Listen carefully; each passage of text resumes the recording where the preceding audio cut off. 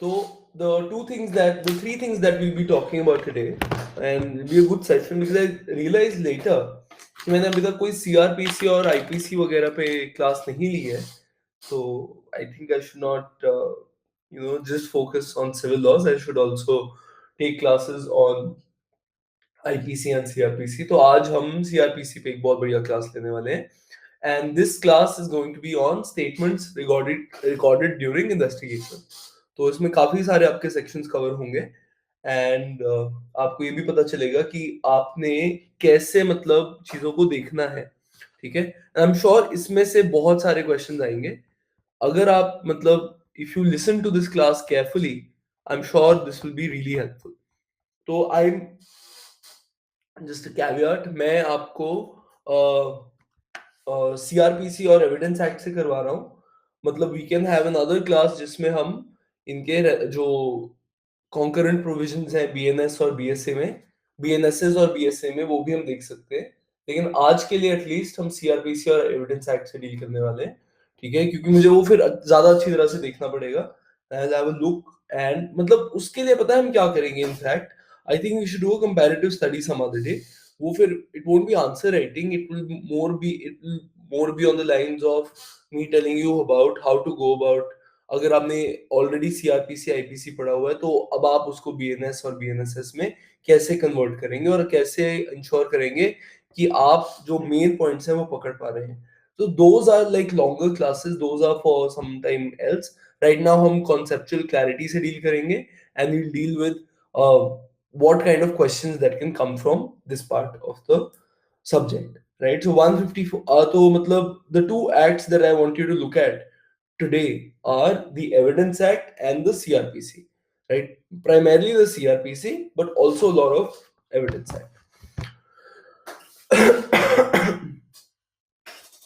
जी मिलन, आपको पक्का ही एक ना एक दिन मतलब एटलीस्ट दिस वीक और द नेक्स्ट वीक पक्का ही on one of the 10 days I will definitely I will definitely go through those papers. I don't know personally the format of order writing in Gujarat, but I will like go through the books and I'll let you know. मुझे answer तो उसका करना आ गया था, but I would also want you to have the right format before really getting in. ठीक है, तो मतलब formats change as per states, right? तो मतलब वो I will still have to see, but otherwise I understood the question and I can answer those questions anytime. But we'll do it properly. Does that work?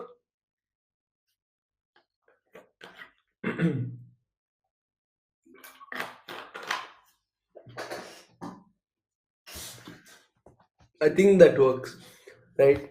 चलिए, तो आज का फिर हम session जल्दी से स्टार्ट करते हैं. जो दो चीजें आपको निकालनी है वो है एविडेंस एक्ट और सीआरपीसी. प्लीज वो you take that out. I will now share my screen.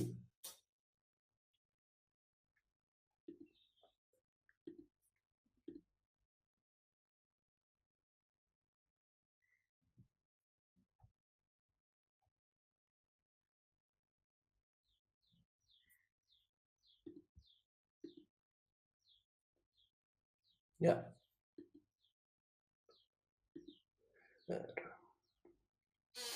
Okay, great.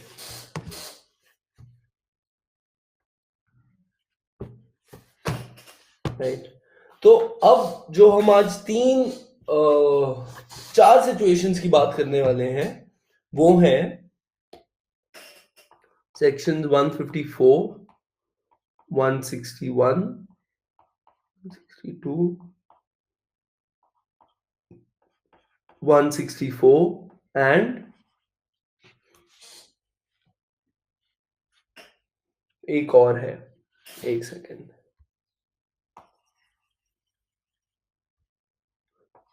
154, 161, 162, 164 plus IEA की दो प्रोविजंस. आई एम श्योर आपने कभी इनको इंटरलिंक नहीं किया होगा जो आज मैं आपको IEA की प्रोविजंस बताऊंगा. तो सबसे पहले तो हम ये समझते हैं जो 154 है that is FIR, right? First information report. First information report का क्या मतलब है? पहली इंफॉर्मेशन जो पुलिस के पास आई है और उस इंफॉर्मेशन के बेसिस पे जो रिपोर्ट बनी है, राइट? तो अगर आप ये सेक्शन पढ़ेंगे 154 वाला, इट्स प्रीटी बेसिक। आप इसको देखेंगे तो this is self explanatory, even though आप ललिता कुमारी वाला केस जरूर कर लीजिएगा, बिकॉज उसमें से हमेशा ही कोई ना कोई क्वेश्चन आता है कि मैंडेटरी टू रिपोर्ट, है ना, mandatory to record, police's obligation to record plus preliminary investigation। तो इसमें मैं क्या कहना चाह रहा हूँ कि जो ललिता कुमारी वर्सेस गवर्नमेंट ऑफ यूपी वाला केस है वो एक लैंडमार्क केस है, और उसमें दो बातें जो कोर्ट ने की थी वो बहुत इंपॉर्टेंट है। एक तो ये कि जो पुलिस वाले हैं उन पे एक मैंडेटरी ऑब्लिगेशन है, उन पे उनके लिए कंपलसरी है कि अगर उनके सामने कोई कॉग्निजेबल ऑफेंस की बात की जाए तो उनको एफआईआर रिकॉर्ड करनी ही पड़ेगी, दैट इज मैंडेटरी, राइट? दूसरी चीज ये थी कि but for some offences preliminary investigation can also be done. These offenses include matrimonial offenses, corruption related offenses,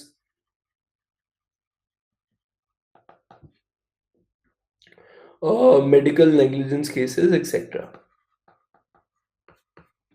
ठीक है?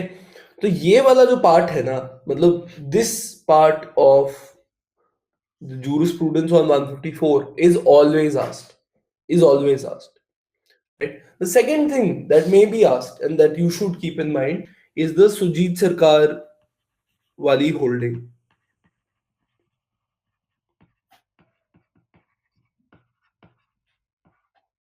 I usually don't recommend you like following the cases that teachers suggest। मतलब आप अपने खुद के केसेस देखिए और आपको जो याद होते हैं आप वो याद कीजिए।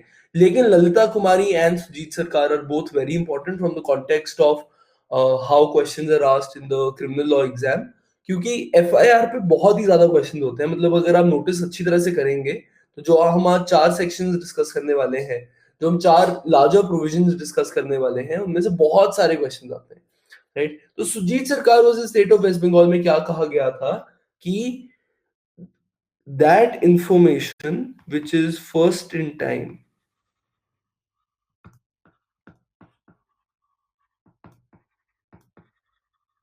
Is FIR. जो इंफॉर्मेशन सबसे पहले मिली है पुलिस वाले को वो ही एफआईआर होगी। एफआईआर के नाम में ही है first information report, right? First info.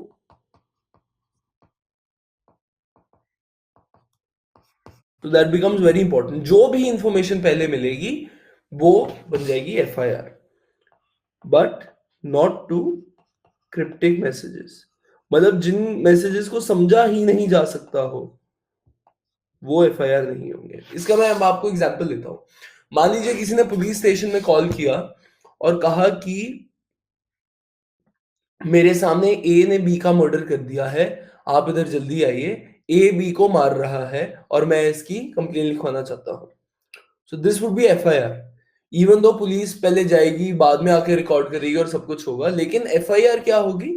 जो कॉल आया, ठीक है? लेकिन ऑन द अदर हैंड, अगर कॉल करके वो ये कहे, आप ये कहें पुलिस वाले को कि ए और बी एक अजीब सा डांस कर रहे हैं जिसमें हमें समझ नहीं आ रहा कि वो मजाक कर रहे हैं, या मतलब ऐसा कुछ आप क्रिप्टिक सा कहें। क्रिप्टिक का मतलब होता है पहेली की तरह आप अगर कुछ कहें, तो that would not be FIR. FIR वो होगी जब आपने direct information of that offence concern आपने पुलिस को दे दी है। क्यों एफआईआर को क्लासिफाई करने के लिए इतना मतलब हमें सोचना पड़ता है? क्योंकि एफआईआर, अगर कुछ एफआईआर है तो आप ये समझिए, I will explain it to you on this.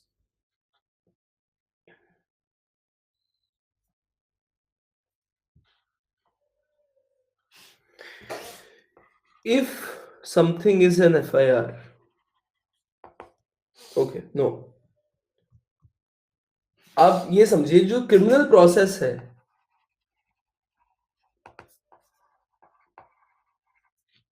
या स्ट्रोक इन्वेस्टिगेशन है,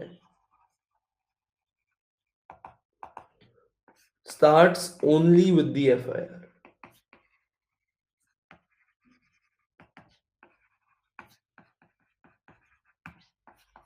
FIR से पहले criminal law is not in motion, right? FIR के बाद ही क्रिमिनल लॉ स्टार्ट होता है। तो क्रिमिनल लॉ जब स्टार्ट हो जाता है तो बहुत सारी चीजें होती है, इन्वेस्टिगेशन होती है, और हमें पता ही है कि इन्वेस्टिगेशन वाली जो प्रोविजंस हैं वो क्या है, sections 161, 162 plus 164 also, but also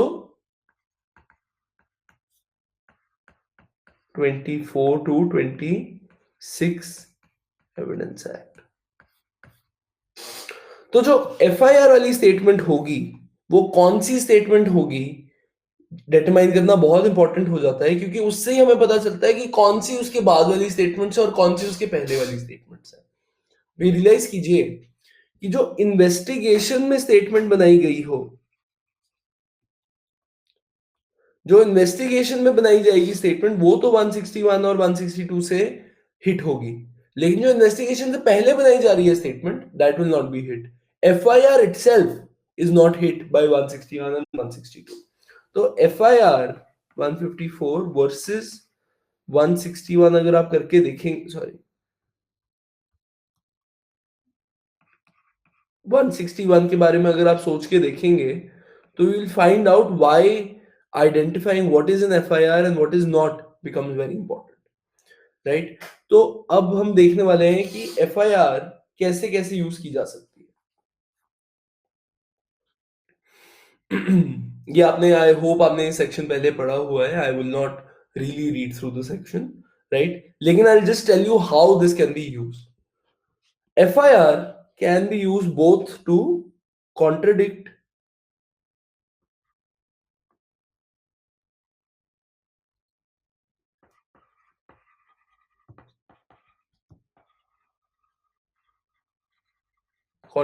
and corroborate the informant। इसका क्या मतलब हुआ? इसका ये मतलब हुआ कि FIR का प्रयोग आप जो जिसने FIR रिकॉर्ड करवाई है उसके सपोर्ट में भी यूज कर सकते हैं और उसके ऑपोजिशन में भी अपोज कर सकते हैं, ऑपोजिशन में भी उसका प्रयोग कर सकते हैं। तो what sections are these? 145 and 154 Indian evidence act. Simple. तो इसका क्या मतलब हो रहा, इसका क्या मतलब हुआ? इसका ये मतलब हुआ कि अब मैं आपको एक्सप्लेन करके दिखाता हूँ। मान लीजिए मिलन है ना? तो मिलन है जो, उन्होंने FIR रिपोर्ट करवाई of a murder before the police. तो ये क्या हुए? इन्फॉर्मेंट। चांसेस आर हाई कि मिलन ने अपनी आंखों से ही वो देखा होगा मर्डर, इसलिए उन्होंने बताया है। तो there is a big chance कि वो आई विटनेस भी वो खुद ही है, राइट? तो अगर वो आई विटनेस और इन्फॉर्मेंट दोनों चीजें हैं तो once the trial starts he will be called as prosecution witness, most likely, right? He will be called as prosecution witness। अब जो ये स्टेटमेंट्स देंगे as a prosecution witness can be both contradicted and corroborated। Contradiction का मतलब होता है गलत साबित करना, corroborated का मतलब होता है सपोर्ट करना, ठीक है? तो this is 145 IEA, this is 154 IEA, ठीक है? तो मिलन की जो स्टेटमेंट है, जो FIR वाली स्टेटमेंट है, वो उनकी जब वो प्रोसिक्यूशन विटनेस या कोई भी विटनेस बन जाएंगे तो that can be used to contradict और corroborate, right? I hope that is clear.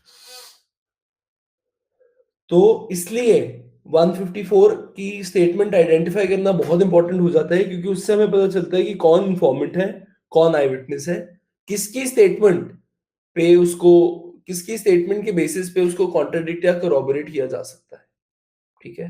That is that. अब एक और चीज भी है। अ, चलिए एक और लिंक मैं आपको दिखाता हूं इसमें। याद कीजिए सेक्शन, ये मैं बाद में ही दिखाता हूँ आपको, अभी I I will confuse you more than give you clarity. ठीक है, तो वन सबसे पहले तो हो गया एफआईआर। ठीक है, तो एफआईआर का आप दो चीजें नोट कीजिए कि एफआईआर की statement can be used to both contradict and corroborate the informant. जिसने एफआईआर लिखवाई है उसको आप corroborate या कॉन्ट्रडिक्ट दोनों चीजें कर सकते हैं बेस्ड ऑन द एफआईआर। अब आ जाते हैं सेक्शन 161 पे। 161 है एक्चुअल प्रोविजन जो लोगों को नहीं समझ में आती। तो 161 क्या है? Examination of witnesses by the police. ठीक है, जब पुलिस इन्वेस्टिगेशन अब शुरू हो चुकी है, 161 154 के बाद आ रहा है ना, 154 थी एफआईआर, एफआईआर ने करवा दी इन्वेस्टिगेशन शुरू। अब इन्वेस्टिगेशन शुरू हो चुकी है, तो the police now is examining people to identify more and more evidence against the person. तो अब 161 की जब बात आई है, तो अब आप देखेंगे कि any police officer making an investigation dash dash dash may examine orally any person supposed to be acquainted with the facts and circumstances of the case, right? वो कुछ भी किसी भी आदमी को एग्जामिन कर सकता है ओरली, ये पुलिस वाले की डिस्क्रिप्शन है। And that person that will be reduced into writing. अभी कहां पे होती है राइटिंग में रिड्यूस? जो हमारी केस डायरी बनती है। मैंडेटरी प्रोविजन आप देख लीजिएगा, आई एम श्योर आपको मिल जाएगा। This is section 172 of the CrPC. तो ये जो रिकॉर्डेड होती हैं स्टेटमेंट, ये सारी केस डायरी में चली जाती हैं, right? This is separate.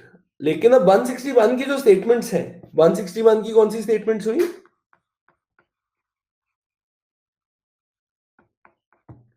Recorded by the police officer during investigation.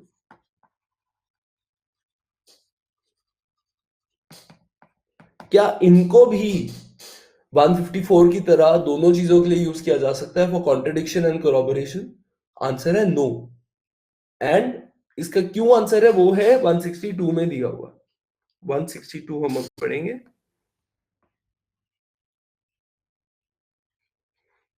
No statement made by any person to a police officer in the course of an investigation shall, if reduced to writing, be signed। एक तो 162 कह रहा है कि no signature. अब ये याद रखिए, this is very different from the FIR. FIR में होता है सिग्नेचर इन्फॉर्मेंट का, होता है ना, उनको कॉपी भी मिलती है ऑफ देयर रिकॉर्डेड इंफॉर्मेशन। तो 162 में नो सिग्नेचर, इसका क्या रेलेवेंस है? We'll get to it. Nor shall such statement whether in police diary or otherwise be used for any purpose not used for any purpose except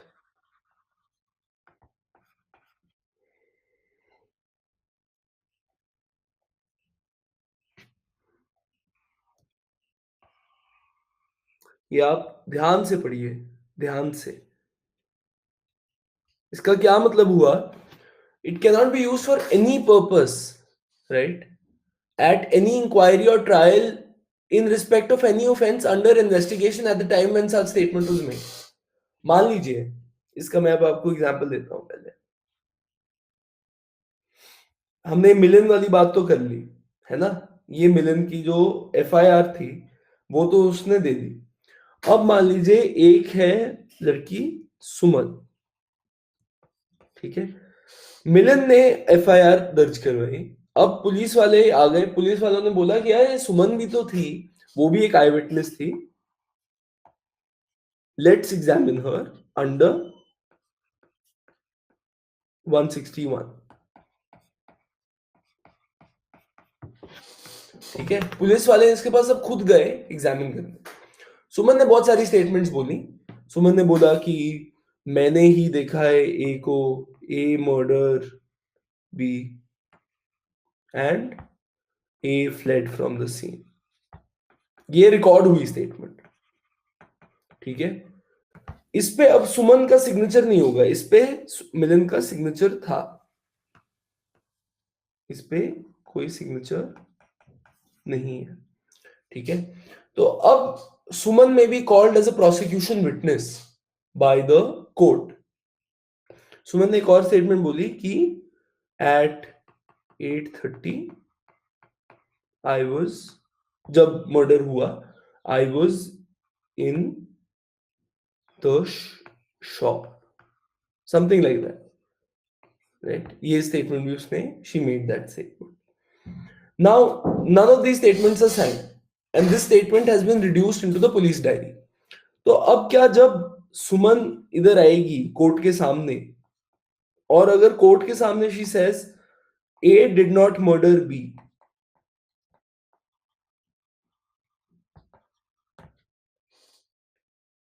A did not murder B, क्या can she be contradicted on the basis of this statement, right? That is the question. Now let's look at it. The second question is, नहीं पहले let's look at it.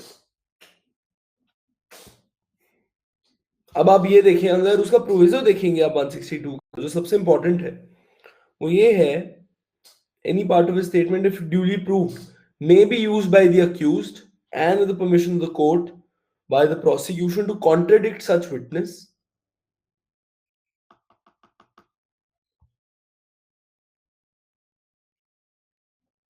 may be used by the accused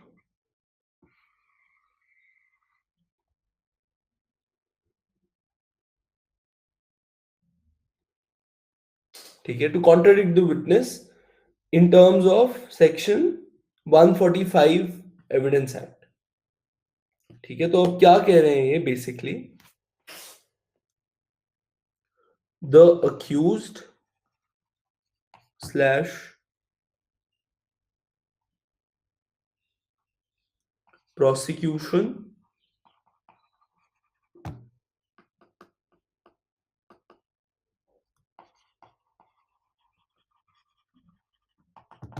तो मैं can use this statement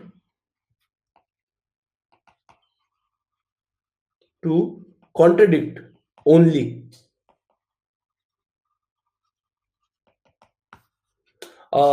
एक और general principle of law आप समझिए, ये तो मैं लैटिन मैक्सिम्स वाले में लिखना चाहूंगा।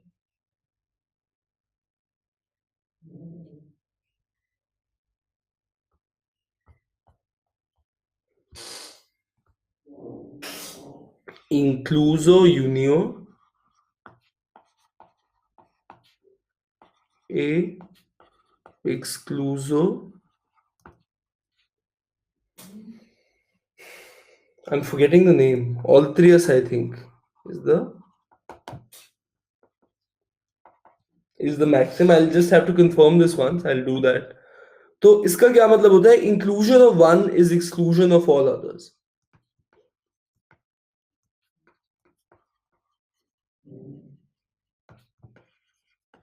अगर सेक्शन में एक चीज ही इंक्लूड हुई हुई है, सिर्फ एक चीज इंक्लूड हुई है, तो इसका मतलब जो बाकी चीजें हैं वो सेक्शन ने एक्सक्लूड कर दी है। तो इसका क्या रेलेवेंस है, इसका ये रेलेवेंस ये है कि section 162 only provides for contradiction of such witness, और कौन सा विटनेस वो भी हमें दिया हुआ है।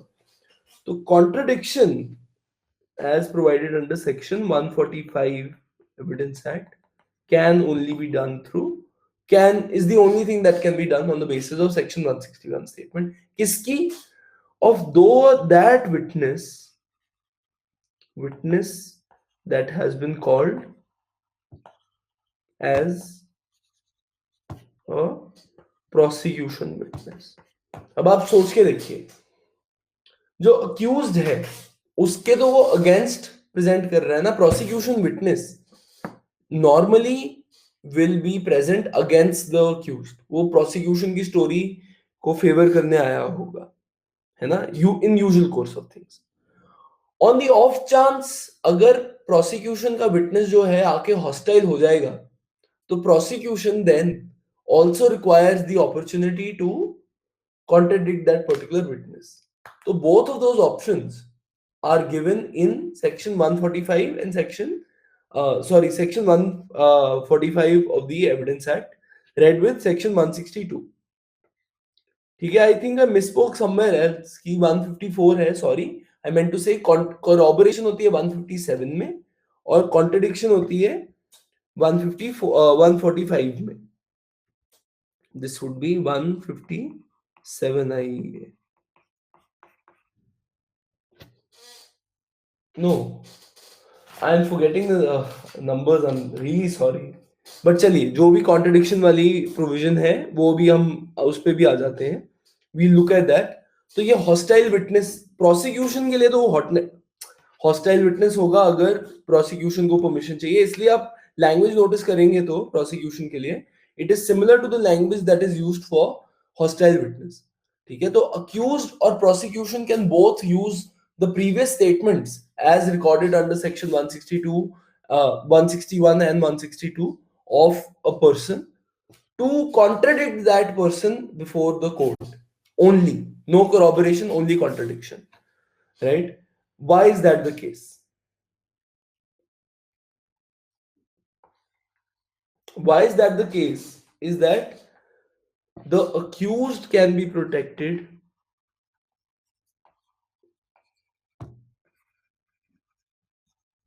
from overzealous officers.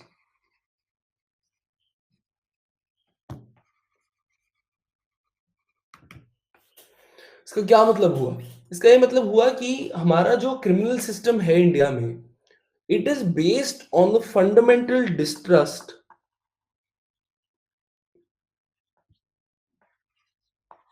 distrust of police. At least the CRPC and the Evidence Act are based on this inherent principle that the police cannot be trusted to record the statement accurately, and the police cannot be trusted to be recording the statements, to have recorded the statements properly.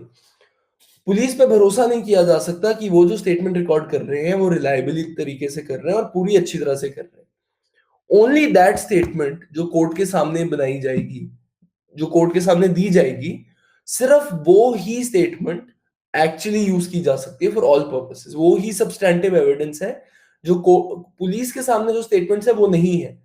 Now if you were to relate this to some other sections that we discussed the other day, sections 24 and 25 of the Evidence Act का भी इनसे direct link है, direct link. But mind you वो सिर्फ confession से deal करती हैं. These 161, 162 of the CRPC are much broader in range because ये ना सिर्फ कन्फेशन से डील करती हैं, they deal with all kinds of statements. ठीक है, कोई भी स्टेटमेंट अगर उसने बनाई तो that would be hit by 161 and 162, the bar within 162. इसको एक प्रैक्टिकल एग्जांपल से समझने की कोशिश करते हैं. तीन चीजें हो गई अब हमारी, अब हम इनको प्रैक्टिकल एग्जांपल से समझने की कोशिश करते हैं. जो सुमन थी वो आई विटनेस थी of a murder which happened on फ्ला डेट, राइट. तो उन्होंने 161 में जो उनकी स्टेटमेंट रिकॉर्ड हुई, जो पुलिस ने स्टेटमेंट रिकॉर्ड की and reproduced that in the case diary was कि ए ने बी का मर्डर किया है, ए सीन से भाग गया और 8:30 बजे मैं शॉप में थी. ये तीन स्टेटमेंट्स लार्जली रिकॉर्ड हो गई.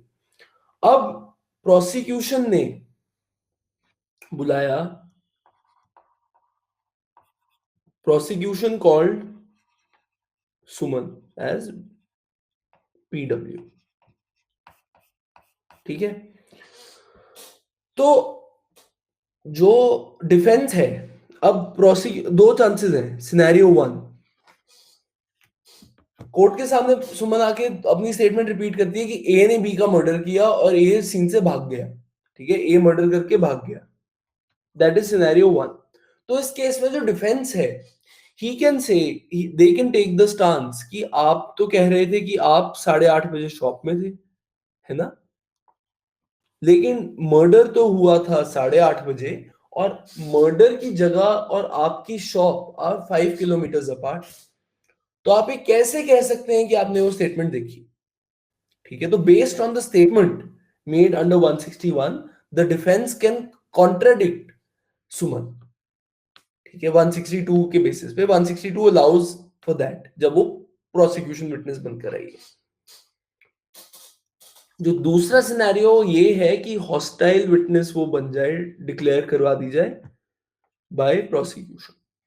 तो इसका क्या मतलब हुआ कि प्रोसिक्यूशन की विटनेस तो बनकर आई थी सुमन, लेकिन जब वो उसने स्टैंड पर आई तो उसने कहा, इंस्टेड ऑफ सेइंग कि ए ने बी का मर्डर किया, उसने बोला ए ने बिल्कुल भी बी का मर्डर नहीं किया, ए तो बेचारा रन पे गया था। ठीक है, तो in that scenario the prosecution can now use the statement made by Suman before, कि आपने तो पहले कहा था कि ए ने बी का मर्डर किया, तो आपने ऐसा क्यों कहा?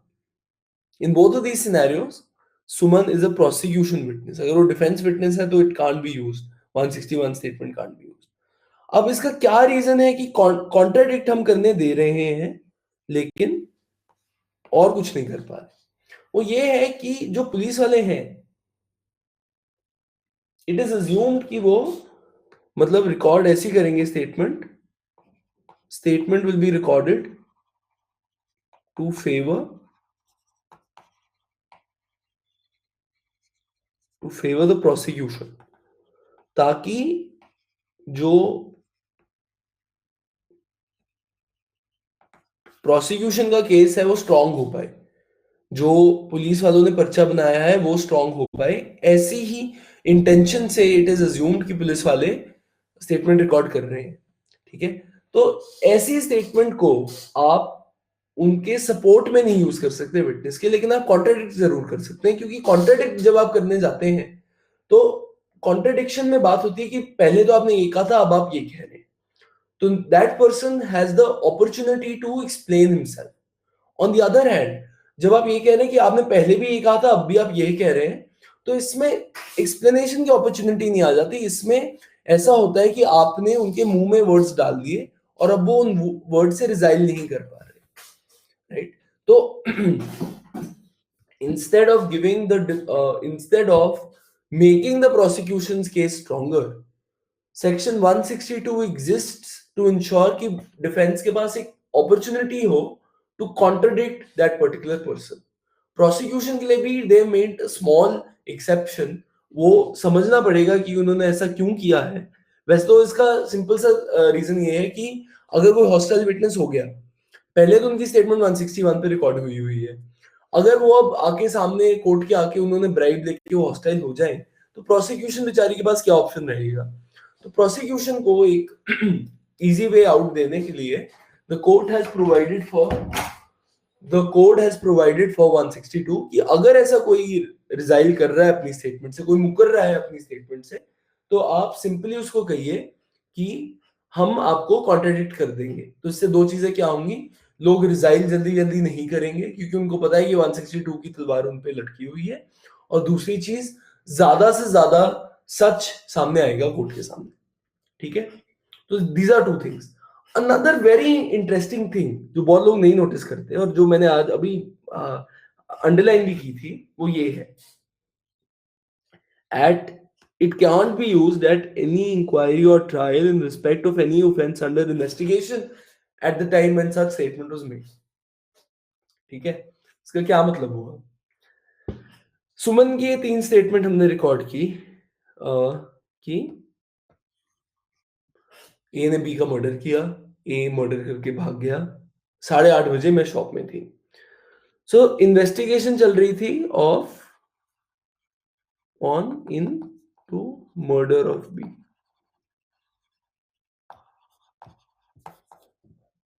लेकिन अगर एक और ट्रायल मान लीजिए चल रहा है जहां पे क्वेश्चन है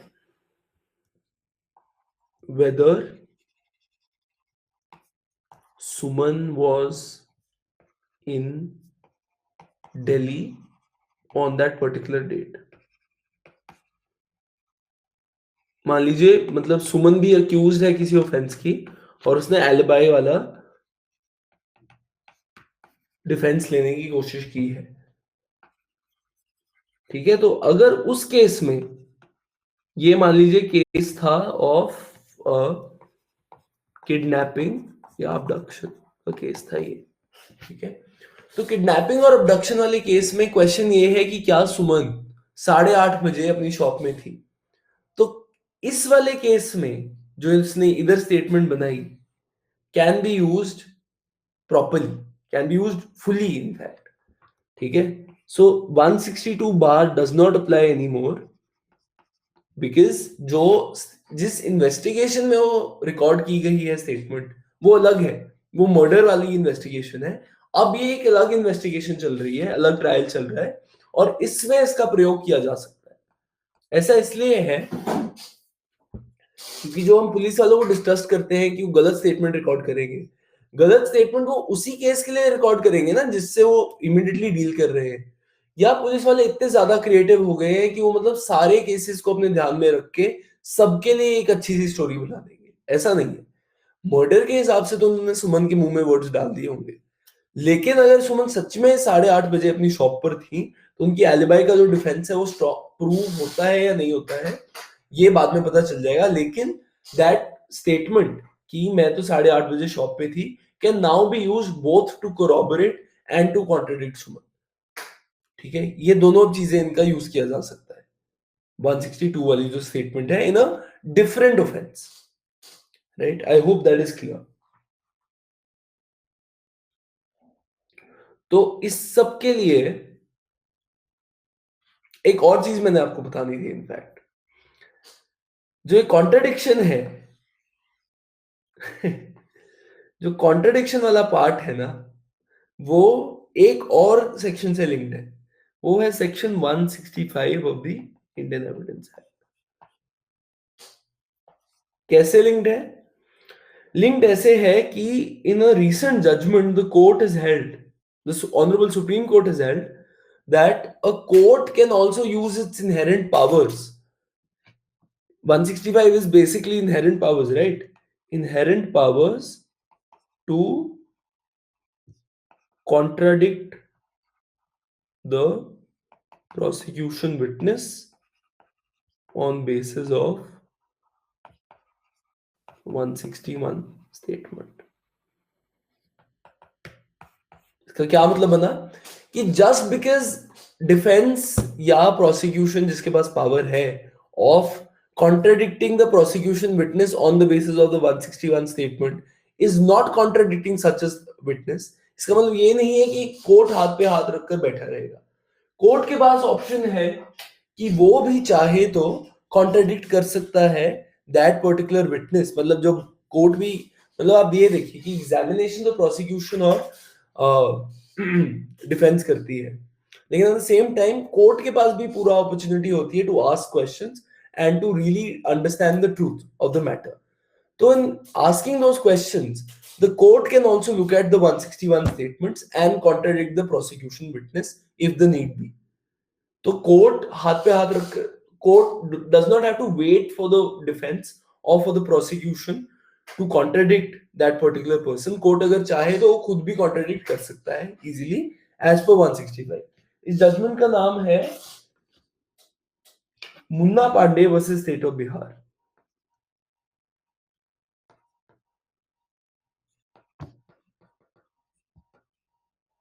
This is a 2023 judgment.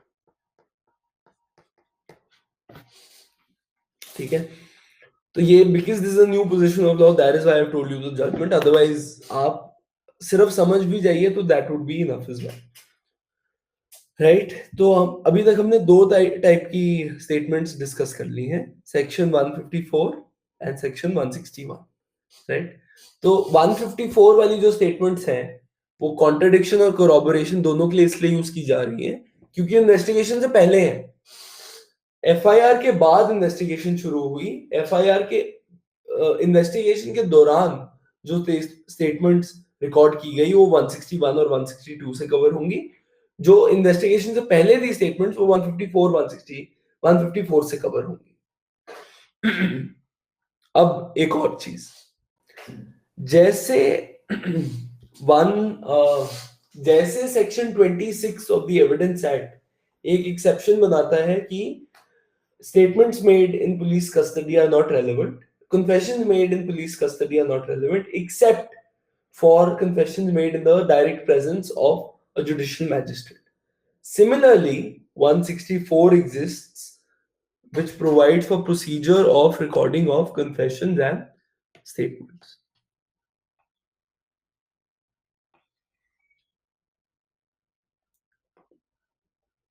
अब 164 को आपको किस हिसाब से, मतलब क्या क्या तीन चीजें आपको इसकी याद रखनी चाहिए, मतलब this I won't be dealing with today, but 164 का मैं मतलब स्टेटमेंट्स वाइज आपको बता दूंगा इसका।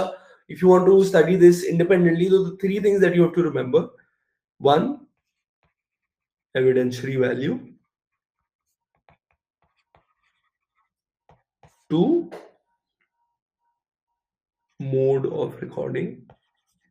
बिकॉज आप समझ के देखिए, अगर आप जज बनते हैं, जब आप जज बनते हैं, क्योंकि हम एक बहुत जूनियर लेवल पे जज बनते हैं, तो मतलब one of our primary responsibilities is also to record statements and confessions. तो 164 is a section that most of us, if when we become जजेस, will be dealing with directly. तो it is very important the examiner also ensures कि आपको 164 का पूरा import अच्छी तरह से पता हो, right?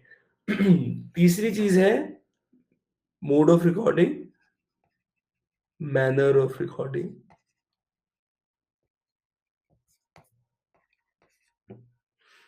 Use during trial. Unlike section 154, unlike FIR and the statement made under section 161, जो 164 वाली स्टेटमेंट है वो एक सब्सटैंटिव स्टेटमेंट है,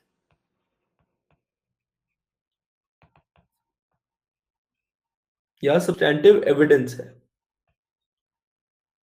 इसका क्या मतलब हुआ कि ये वाली statement can B put into evidence directly, ठीक है? वो वाली स्टेटमेंट्स का ये है कि मतलब आपने उस विटनेस को बुलाया और आप उस अब इस पुरानी स्टेटमेंट के बेसिस पे उसको या तो कॉन्ट्राडिक्ट कर रहे हो या कोरॉबोरेट कर रहे हो। This on the other hand is evidence, ठीक है? मतलब आप इसके बेसिस पे उसको क्रॉस एग्जामिन कर सकते हो, बट इन अ वे ये जो आदमी ने अपनी स्टेटमेंट मैजिस्ट्रेट के सामने दी, that statement is akin to a statement being made before the court. तो उस हिसाब से इसकी सारी प्रोविजंस हैं। जब आप कोर्ट के सामने आते हैं तो कोर्ट आपसे पूछता है कि क्या आप ये स्टेटमेंट वॉलंटरी दे रहे हैं, क्या आपको समझ में आ रहा है कि इसका क्या कॉन्सिक्वेंसेस हो सकते हैं आप पे, to protect you against self incrimination which is dealt with in article.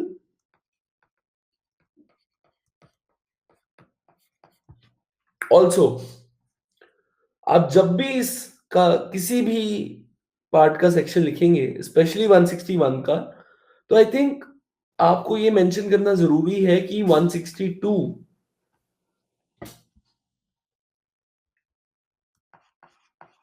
is a manifestation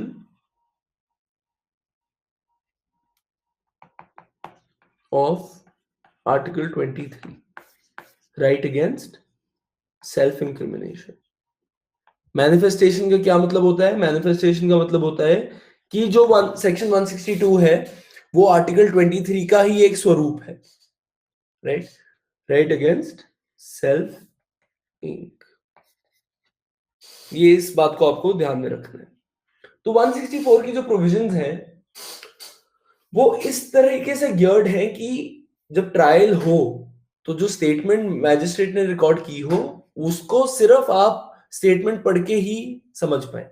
मतलब आपको मैजिस्ट्रेट को बुलाना ना पड़े टू द कोर्ट कि आप आइए हमें समझाइए कि स्टेटमेंट थी क्या। इंस्टेड जो कन्फेशन दी जा रही है मैजिस्ट्रेट को, that will B one taken on oath, right?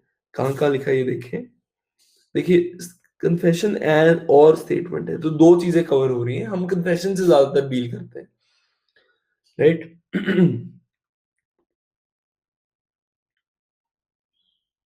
Before recording such confession, any such confession, इसमें स्टेटमेंट की बात नहीं हुई है, सिर्फ कन्फेशन की बात हुई है। Explain to the person that he is not bound to make that confession. If he does so, may be used as evidence against him. Magistrate shall not record any confession upon questioning the person voluntarily. Same process is followed by a court, and therefore these statements are there thus become more powerful and become substantive evidence, right? तो ये वाली भी आप 3 भी पढ़ के देखिएगा, 4 भी पढ़ के देखिएगा। Manner provided for is in section 281। तो इसका आंसर क्या हुआ? मैनर ऑफ रिकॉर्डिंग का आंसर हुआ सेक्शन 281। ये आप जरूर देखिएगा एक बार। ऑल्सो एक और चीज आप देखिएगा, 461 या 463, ये भी आप एक बार देख के देखिएगा। These are both relevant provisions that have to be read with section 164। और अगर 164 का कोई क्वेश्चन है तो both section 281 and I think 463 या 461 है, आप एक बार उसको चेक कर लीजिएगा।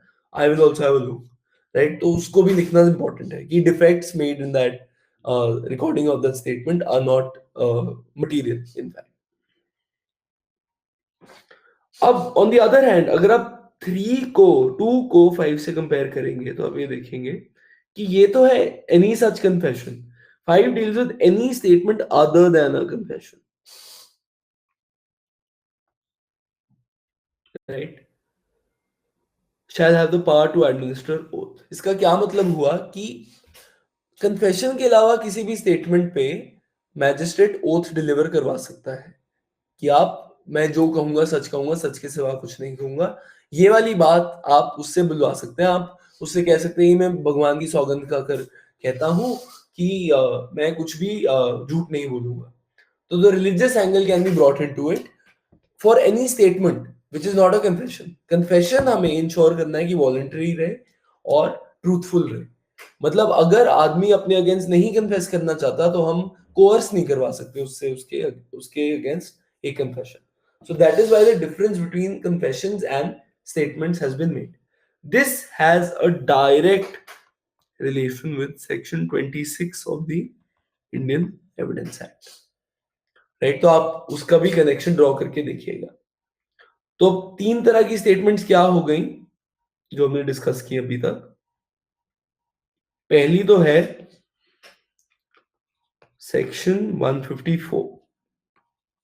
इसका क्या क्या यूज किया जा सकता है? कॉन्ट्रडिक्ट, कोरोबोरेट, किसको? इंफॉर्मेंट को, ठीक है? सेक्शन 161 162 कॉन्ट्रडिक्ट किसको? सिर्फ प्रोसिक्यूशन विटनेस को, ठीक है?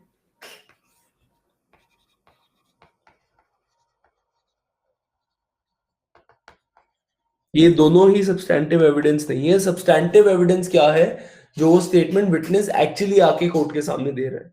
On the other hand section 164 substantive evidence है, both the confession and the statement. अब एक मैं बात बताऊं आपको बड़ी अच्छी। स्टेटमेंट के टाइम तो ओथ हो रही है, कन्फेशन के टाइम ओथ क्यों नहीं हो रही? इसका ये सिंपल सा रीजन है कि कन्फेशन के time there is an assumption कि एक आदमी अपने अगेंस्ट, अगर वॉलंटरी एक्चुअली है तो देयर इज एन अजम्पशन कि एक आदमी अपने आप को इम्प्लीकेट करने की कोशिश नहीं करेगा। ये कन्फेशंस की प्रिजम्पशन होती है, presumption of truthfulness.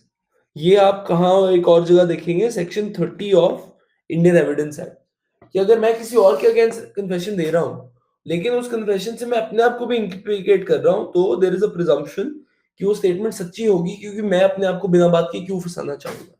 On the other hand statement में ऐसी कोई गारंटी नहीं है, तो इसलिए वो ओथ पे ली जाती है। ये अब आपको डिस्टिंक्शन हमेशा याद रहेगा। सब्सटैंटिव एविडेंस किससे ली जा सकती है? किसी से भी, क्योंकि सब्सटैंटिव एविडेंस ही है तो it becomes a part of the record and it can be used against anyone, right? I hope that much is clear. Is that clear? Because if it's clear, then we'll move on to another aspect, the uh, evidence act relation of this. तो हम उसके बारे में भी एक बार बात करेंगे. But let me know if you have any questions. So let's address those questions first and then we'll move on.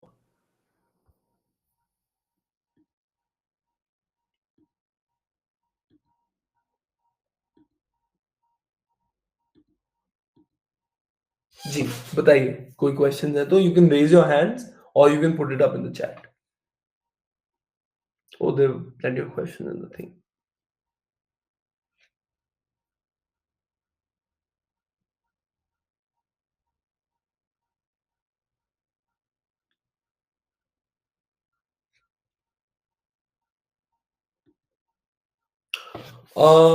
Answer writing new criminal laws के अकॉर्डिंग करें, depends on which paper you writing. अगर आपका ये UP या जो भी हिमाचल वाला paper है तो उस हिसाब से तो आई थिंक आप still you can stick to the old laws. New laws में ये है कि आपको मतलब आइडेंटिफाई करना है कि आपने कब से आंसर देना शुरू करना है, राइट? और अगर आपने ऑलरेडी क्रिमिनल लॉज पढ़े हुए हैं पहले से, तो you have to see the difference between the existing provision and the new provision.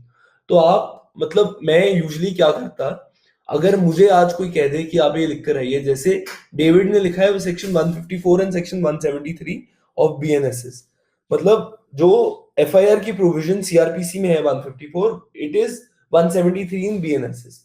तो मैं कैसे चेक करूंगा इसको? मैं अब देखूंगा 154 को, देखूंगा 173 को, देखूंगा, कंपेयर करूंगा लैंग्वेज. अगर कोई फर्क हुआ तो ठीक है, अदरवाइज मैं दोनों section लिखाऊंगा. Section 154 of the CRPC, which is now Section 173 of the BNSS. मतलब that can be done. आप ये मुझे मैं तो यही रेकमेंड करूंगा कि अगर आपसे सेक्शन नहीं याद हो रहे तो आप सिर्फ इंपॉर्टेंट वाले सेक्शंस का कॉन्करेंट सेक्शंस समझिए और वो लिख कर आइए मेंस में. बट प्रीलिम्स के लिए I think I am sure आपको prelims would be slightly tricky. Mains में आपका इसमें ज्यादा गड़बड़ नहीं आएगी क्योंकि you either remember the new numbers by then और द ओल्ड नंबर्स. नंबर्स याद करना मुश्किल नहीं है, नंबर्स याद करना is only a matter of practice. तो हो तो जाएंगे, आपको डरने की कोई जरूरत नहीं है उसकी.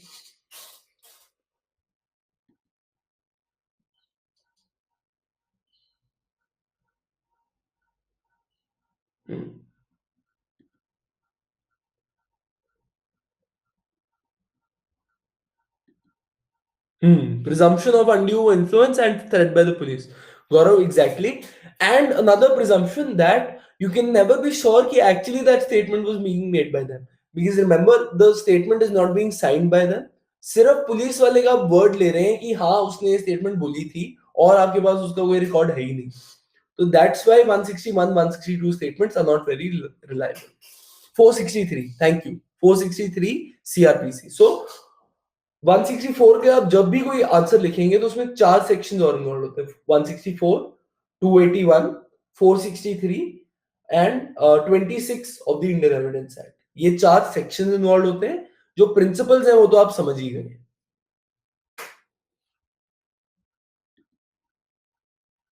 हाँ, confession also I speak about it. क्या सर, कोई दिन ऐसा भी हो सकता है ना जिस दिन so we have to write the whole section. Only the pointers. Only the pointers.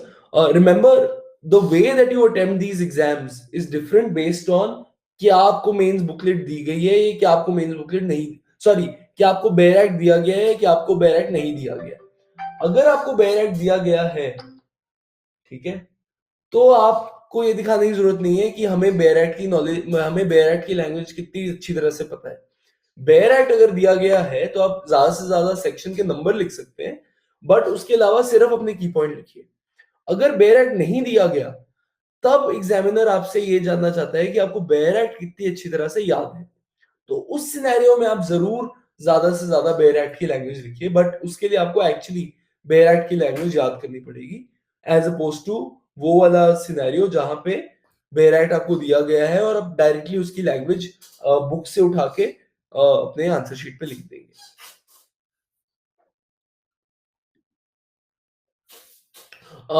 मैंने काफ़ी बार रीड किए हैं सारे बैरक्स। इनफैक्ट मेरे पास अभी तो है नहीं दिल्ली वाले अपने घर में। जब मैं चंडीगढ़ जाऊँगा तो I will definitely take a class and I will show you कि मैं कैसे अपने बैरक्स को रंगता था। मतलब that will be a very nice funny class. I will show it to you.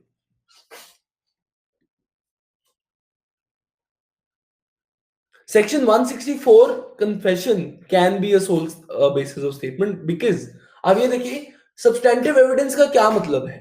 Substantive evidence का मतलब है कि that particular piece of the evidence has now been put on record.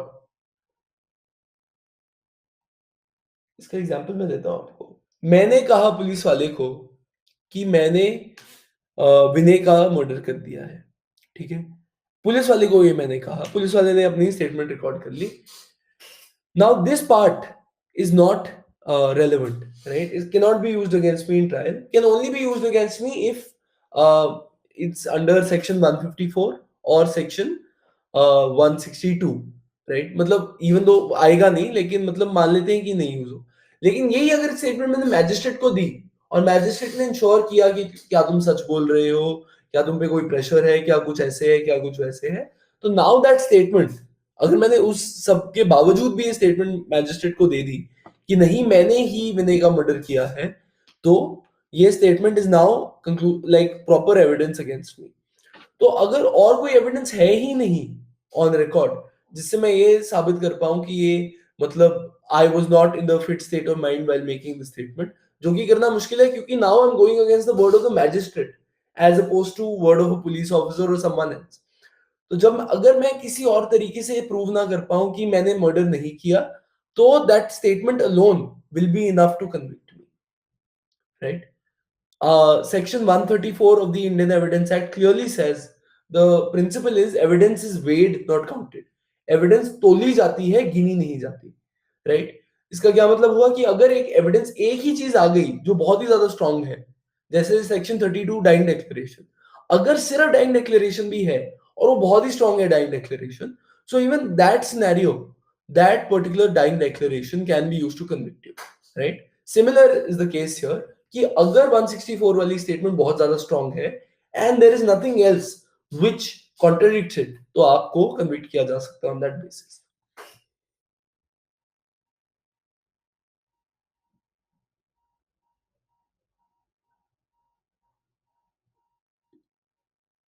कोई कोई फॉर्मूला नहीं है कि कितने वर्ड्स लिखने हैं, कितने केस लॉ लिखने हैं, जितने आपको आते हैं आप लिखिए। बस ये ध्यान रखिए कि अगर 20 मार्कर है तो आप उसको 18 मार्क्स 18 मिनट्स में उसको आंसर कर पाए और आप एक्चुअली जो क्वेश्चन पूछा गया है उसको आंसर करें। ठीक है? जो सबसे इंपॉर्टेंट चीज है, एक्चुअल आंसर देना। आप पहले तो सारी कहानियां लिख देंगे कि हमें ये वाला केस आता है, ये वाला मेरे बहुत दोस्त करते हैं कि हमें ये वाला केस आता है, ये वाला केस आता है, ये वाला केस आता है, और अब हम एक्चुअली आंसर करना शुरू करते हैं ऑन द थर्ड पेज। तो थर्ड पेज तक आते आते एक तो आपके पास टाइम नहीं रहता to write the actual answer, दूसरा एग्जामिनर भी रियलाइज कर लेता है कि यार आप तो ना मतलब एक शो ऑफ काइंड के इंसान हो जिसको ये ज्यादा दिखाने का शौक है कि मुझे क्या आता है एज अपोज टू ये बताने की कि इसका आंसर क्या है। So that way, it's not very good for you.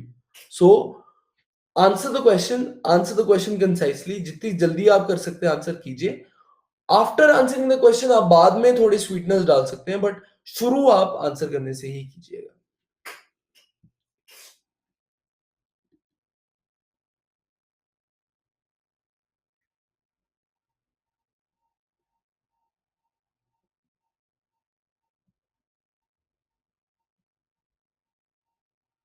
Winter season आ गया है, विंटर सीजन आ गया, दैट्स व्हाई अब मैं अब जाके नहाऊंगा। Otherwise I used to take a bath before class and just directly leave for office, but अब सुबह सुबह मतलब at 7:30 it's impossible to take a bath and that's why I am slightly delaying it. But yes, winter season is upon us. Last week मैंने बहुत सारी classes इसलिए भी नहीं ले पाया because my throat was really bad, right? Pollution and changing weather was pretty bad. मैं दिल्ली में हूँ तो आपको पता ही है कि इधर तो मतलब it becomes pretty horrible if that's a better word to use it.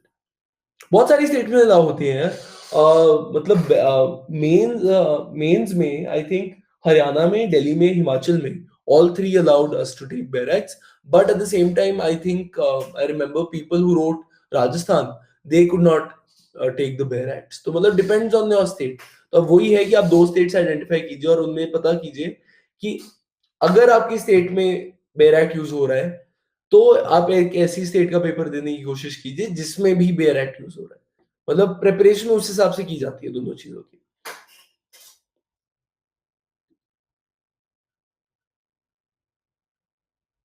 हाँ, हर्षिता, वो एक्चुअली बहुत ज़्यादा प्रॉब्लम है कि मतलब मैंने मिस्टर शैलेंद्र मलिक की बुक भी यूज़ की थी while I was preparing for mains, लेकिन उनके answers are too long, right? उन्होंने सही आंसर मतलब उन्होंने लॉ समझाने की कोशिश की, आंसर देने की कोशिश नहीं की in those paragraphs, which is also like I think which is good, but at the same time वो वाले आंसर्स आप नहीं रिप्रोड्यूस कर सकते और वो वाले कई आंसर्स गलत भी हैं।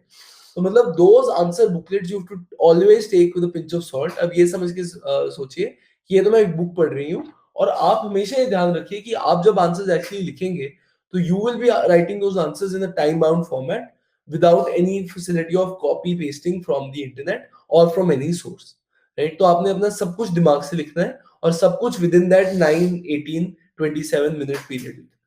तो you have to be very careful about how much you practice. तो वही बात है कि मतलब आप एक बार आंसर्स उनके देख लीजिए, बट लिखिए अपने हिसाब से ही, राइट? जब तक आप लिखने की प्रैक्टिस नहीं करेंगे तब तक आपको समझ नहीं आएगा कि आंसर्स कैसे लिखने हैं। लेकिन at the same time answer writing practice should be at the fag end of your preparation. Prelims के बाद भी अगर आप आंसर राइटिंग प्रैक्टिस शुरू करेंगे तो it will be good enough. You don't have to do it in the beginning. These sessions are called answer writing sessions, but this is more of me explaining you what the law is, like what the intersectional law is, and how can you use that knowledge in a particular answer.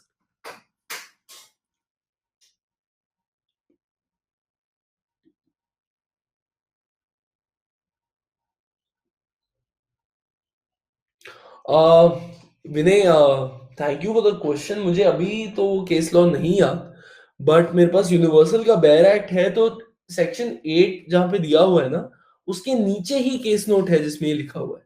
तो मतलब you should look it up on the internet also, but you will find it in the bare act if you have it. मतलब I will obviously tell it to you later because मेरे पास अभी अपना खुद का bear act नहीं है, but I am sure that this is the position of law. या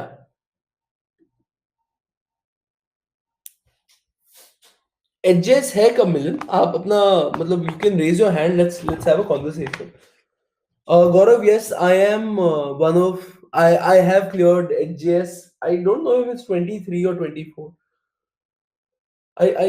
मुझे पता नहीं क्योंकि सारे प्रोसेस मतलब 24 में ही हुए थे, तो आई एम अज्यूमिंग वो 2024 कहलाएगा, बट मुझे पता I am not sure about it, but yes I did clear it recently. Milan, why don't you raise your hand and let's have a conversation about it because we can talk about it properly.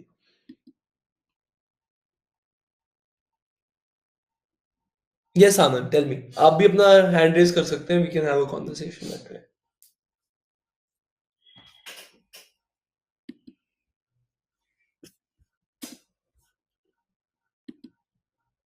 Ji Milan.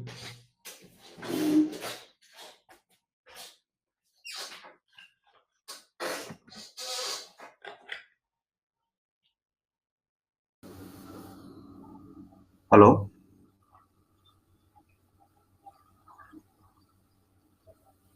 Hello. मुझे हाँ, अब आपकी आवाज आ रही है।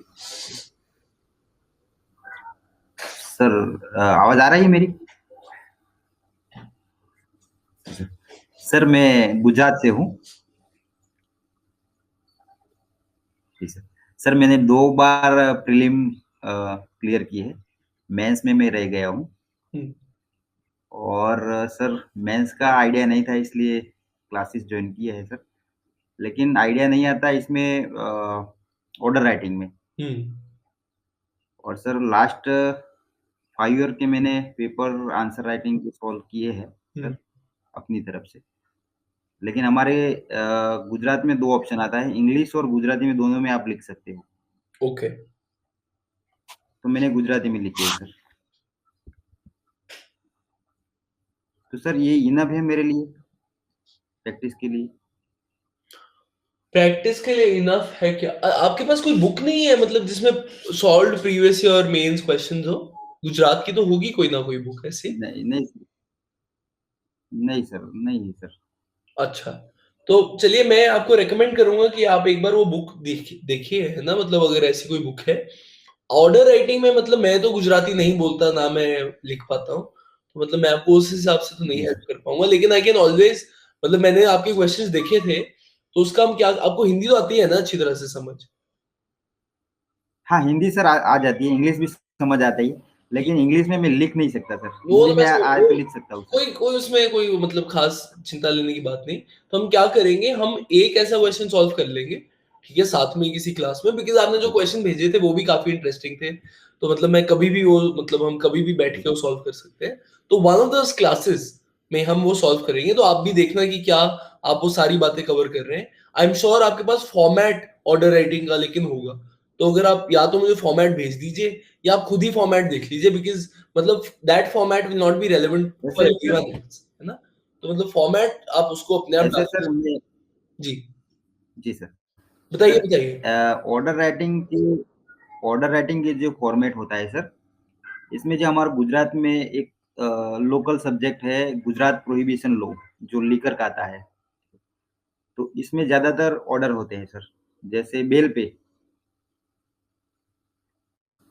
पे जो order होता है कि भई आपको रेगुलरली कोर्ट में हाज़र रहना है, इतने का बेल दीजिएगा, बेल देना है, जी। अ, लाइक सॉल्वेंसी हुँ, हुँ। या बॉन्ड, अ, और नेक्स्ट टाइम मतलब ऐसा ऑफेंस नहीं करना है। अगर आप ऐसा ऑफेंस करोगे तो आपका बेल कैंसल हो जाएगा। हुँ, इस टाइप के मतलब ऑर्डर होते हैं। जी। तो ऐसे सर गुजराती में ऑर्डर होते हैं सर, लेकिन गुजराती में तो मैं आपको भेजूँ हुँ, तो तो वो तो मुझे आपको समझ समझ में नहीं नहीं आएगा। आएगा सर। हुँ। जी। नहीं तो आप बस उसका तो फॉर्मेट आप समझ अगर मैं लीजिए, फॉर्मेट आप समझ लीजिए, कंटेंट मैं आपके साथ किसी भी दिन डिस्कस कर लूँगा, ठीक है? फॉर्मेट तो मैं समझ जाऊँगा सर, कोई बात नहीं, ठीक है, तो समझ फिर हम कर लेंगे डिस्कस, आई एम श्योर वो तो हम कर ही लेंगे। और सर थोड़ा गुजरात जुडिशरी का एक एक आध क्वेश्चन सर है ना, जो सिविल या क्रिमिनल का, हुँ, वो लाइव में सर आप लिखवा दीजिए हाँ, एक ठीक है। क्वेश्चन डन, फॉर्मेट में। Done, done. सिविल और क्रिमिनल दोनों का एक एक सर, तो ठीक है। मेरे को आइडिया आ जाए कि कैसे एग्जैक्ट फॉर्मेट है, एक 5 नंबर का और एक 10 नंबर का, तो प्रॉपर मुझे समझ आ जाए कि मैंने जो लिखा है हुँ, वो प्रॉपर है या नहीं, कि इसमें चेंजेस लाने हैं। ठीक है। गुजरात जुडिशरी में बैर एक्ट दिया जाता है, नहीं दिया जाता मेंस में? नहीं, नहीं सर, नहीं दिया जाता। नहीं दिया तो जाता। फिर तो उस हिसाब से कर लेंगे, कोई दिक्कत नहीं। ठीक है? चलिए, thank you. Thank you sir. जी, गौरव।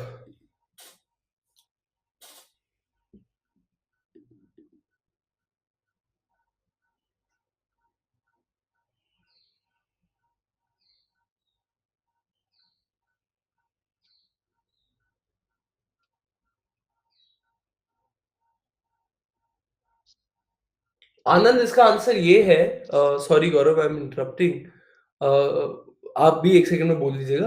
आनंद इसका आंसर ये है कि जो प्रॉपर्टी मतलब section 8 has been interpreted in a manner मतलब the common sensical understanding of section 8 would be कि जो दादा से फादर को मिली property that would be ancestral property, right? But section 8 has now been interpreted in a manner where the property that the father is getting from his father from the grandfather that means is separate property is father's separate property at least for the father's purposes तो he is not having it in the form of मतलब अजीब सा है आप ये समझ के देखिएगा इसका जो जो भी वो केस लॉ था वो आप एक बार देख लीजिएगा to understand why this has happened right but this is often things that get मतलब हिंदू लॉ में I wanted to emphasise in that class कि हिंदू लॉ में चीजें चेंज होती रहती हैं तो हिंदू लॉ में आप किसी पर्टिकुलर बुक पे या किसी पर्टिकुलर बेयर एक्ट पे सिर्फ फोकस नहीं कर सकते आपको हमेशा यू हैव टू इंश्योर कि आपके पास जो पोजीशन है वो एक अपडेटेड पोजीशन है